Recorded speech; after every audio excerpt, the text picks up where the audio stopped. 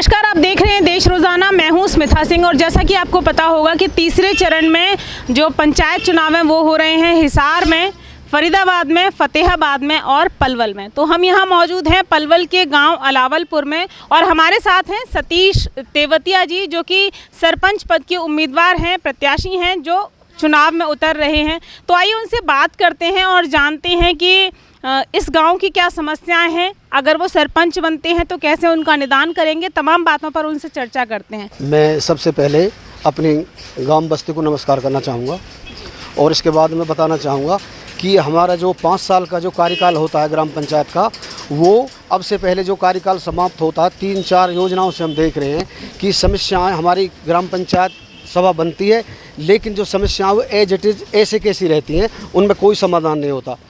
और हमारा जो मेन मकसद हम ये चाहेंगे कि जो धारणा बनी हुई है कि ये समस्याओं का जो ढेर लगा हुआ है, हम इनको समाप्त करना चाहेंगे, एक नई क्रांति लाना चाहेंगे, जो गांव के एक बच्चे से लेकर बुजुर्ग तक एक अच्छा महसूस करें और सबको ये समझें कि एक अच्छा, बहुत अच्छा कार्य शुरू हुआ है।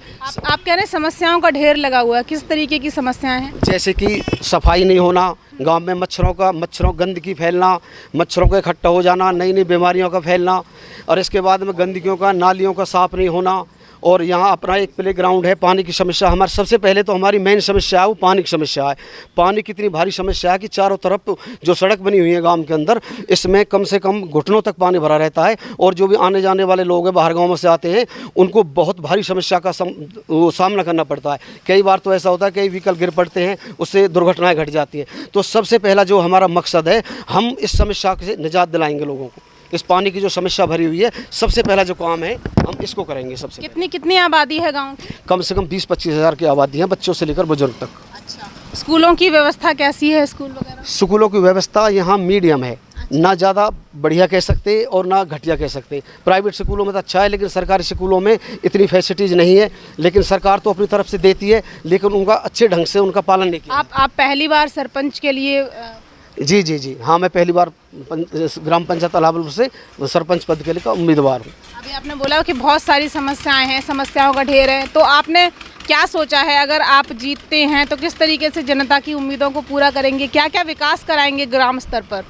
सबसे पहले तो हम विकास कराएंगे, जो पानी की सबसे जटिल समस्या है, पानी की समस्या है ये। इसके बाद में हम खेल के क्षेत्र में, हमारे एक बहुत बड़ा प्लेग्राउंड है यहाँ पे, उसमें बहुत सारी गंदगी पड़ी है, उसके अंदर भी उसको साफ़ कराएंगे ताकि हमारे लोगों को अच्छा स्वास्थ्य मिल सके, हमारे बच्चे वहाँ खेल के क्षेत्र में अपना भाग ले सकें। और हम समय समय पर खेल की प्रतियोगिता कराएंगे बच्चों के लिए, जो उनका टैलेंट है जो बाहर निकल के आ सके उनका।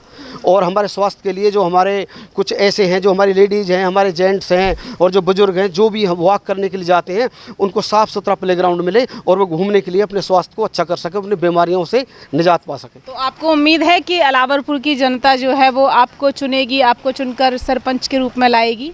मुझे पूरा विश्वास है और मैं इससे पहले भी ग्राम सभा अपने इस गांव के अंदर सेवा करता रहता हूं। मेरे एक व्यायामशाला चलाता हूं मैं, वहां मैं फ्री सेवा करता हूं, कोचिंग देता हूं। कितने ही बच्चे ऐसे हैं जो मैंने उनको कोचिंग दी है और आज वो देश में अपनी रक्षा कर रहे हैं, देश की मिलिट्री के अंदर हैं, पुलिस के अंदर हैं। ये तो आप सरपंच के लिए चुनाव लड़ रहे हैं, इसके अलावा आपका क्या काम करते हैं आप? इसके अलावा मैं समाज की सेवा करता हूँ और इसके बाद में मैं और अपना जो लोगों को दुख दर्द होता है किसी प्रकार। पेशे से क्या हैं आप? किसान हैं, कर्मचारी हैं? जी, पेशे से मैं प्राइवेट जॉब करता हूँ। मेरी क्वालिफिकेशन MPEd है, मास्टर ऑफ फिजिकल एजुकेशन। एक संस्था है अपनी, क्रिश्चियन संस्था है, अंतर्राष्ट्रीय संस्था, उसमें मैं DP के पद पर जॉब करता हूँ। जी। तो आपने और भी सोचा होगा विकास किस तरीके का कराएंगे? आपने कहा स्वास्थ्य कराऊंगा, खेल कराऊंगा, शिक्षा के क्षेत्र में भी ध्यान देंगे, पानी के लिए भी करेंगे। आपने ढेर सारी समस्याएं बताई, 4 चीज़ें आपने बताई कि इन चीज़ों पर आप ध्यान देंगे और अगर आप चुनकर आते हैं तो ये सब विकास आप कराएंगे। आप कुछ कहना चाहेंगे अलावलपुर की जनता से कि अगर मैं आया तो गाँव उस स्तर का विकास करेगा?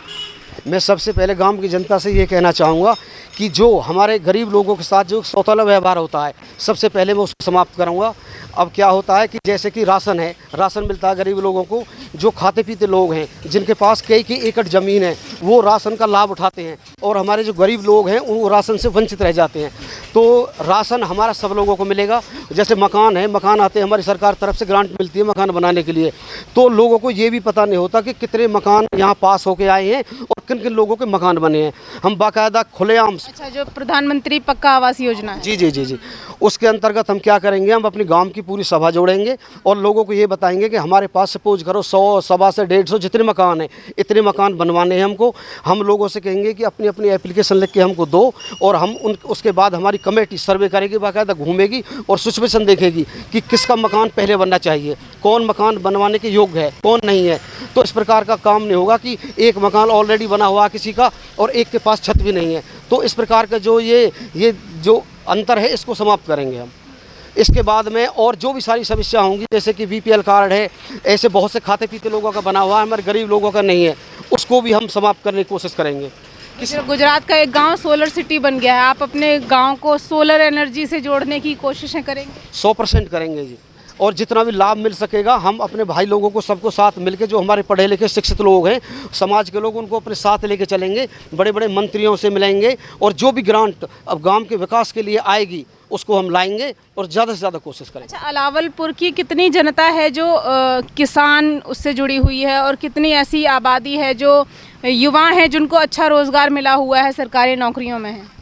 जी, ये तो कन्फर्म तो नहीं है, लेकिन ये अच्छा खाता पीता गांव है। यहाँ काफ़ी सारी सरकारी जॉब हैं और यहाँ इतनी खास बेरोजगारी भी नहीं है, लेकिन हर तरीका के लोग हैं, मिडिल क्लास के लोग भी हैं, शिक्षित लोग भी हैं, अनपढ़ लोग भी हैं। तो एक मिक्स है, गांव को पता है आपको, सब मिक्स है, ऐसा कोई निश्चित चीज़ कोई नहीं है कि ऐसा कह सके। हरियाणा को बेसिकली हम कवर करते हैं और हमारे माध्यम से अलावलपुर की जनता भी आपको सुन रही है, कुछ कहना चाहेंगे आप? मैं अलावलपुर की जनता से यही कहना चाहूँगा, मैं हाथ जोड़ के उनसे कहना चाहूँगा कि मुझे अपना प्रत्याशी चुने और मैं उनकी जो भी समस्या होंगी, जटिल से जटिल समस्या होंगी, इनके लिए दिन रात को एक कर दूंगा और मैं उनकी हर समस्या को मैं विश्वास दिलाता हूँ, उनकी एक एक समस्या का समाधान होगा। तो ये थे सतीश तेवतिया जी, जो सरपंच के पद के लिए खड़े हो रहे हैं, उम्मीदवार हैं अलावलपुर से और चाहते हैं कि जनता उन्हें चुने तो वो अलावलपुर का अच्छा विकास करेंगे। जो उनके स्तर पर वो कर सकते हैं, जो उनके कार्यक्षेत्र में आता है, वो तमाम विकास वो अलावलपुर को करके देंगे। देश रोज़ाना में और भी गाँवों में आपको लेकर चलेंगे, पंचायत चुनाव को लेकर क्या कुछ चल रहा है जनता के बीच, प्रत्याशियों में क्या उधेड़बुन है इस चीज़ को लेकर कि उनको चुनकर आते हैं वो तो किस तरीके से विकास वो कर सकते हैं, जनता से क्या आशाएं हैं उनकी और आशाएं जनता की क्या हैं उम्मीदवारों से, वो भी आपको दिखाते रहेंगे। देखते रहिए देश रोज़ाना। चैनल को सब्सक्राइब नहीं किया है तो सब्सक्राइब कर लीजिए, वीडियोज़ को लाइक और शेयर करते रहिए। नमस्कार।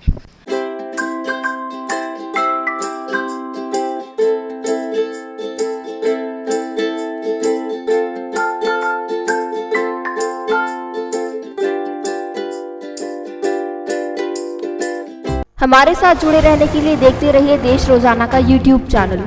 सब्सक्राइब कीजिए, साथ ही देश रोजाना की खबरें सबसे पहले देखने के लिए प्रेस कीजिए बेल आइकन।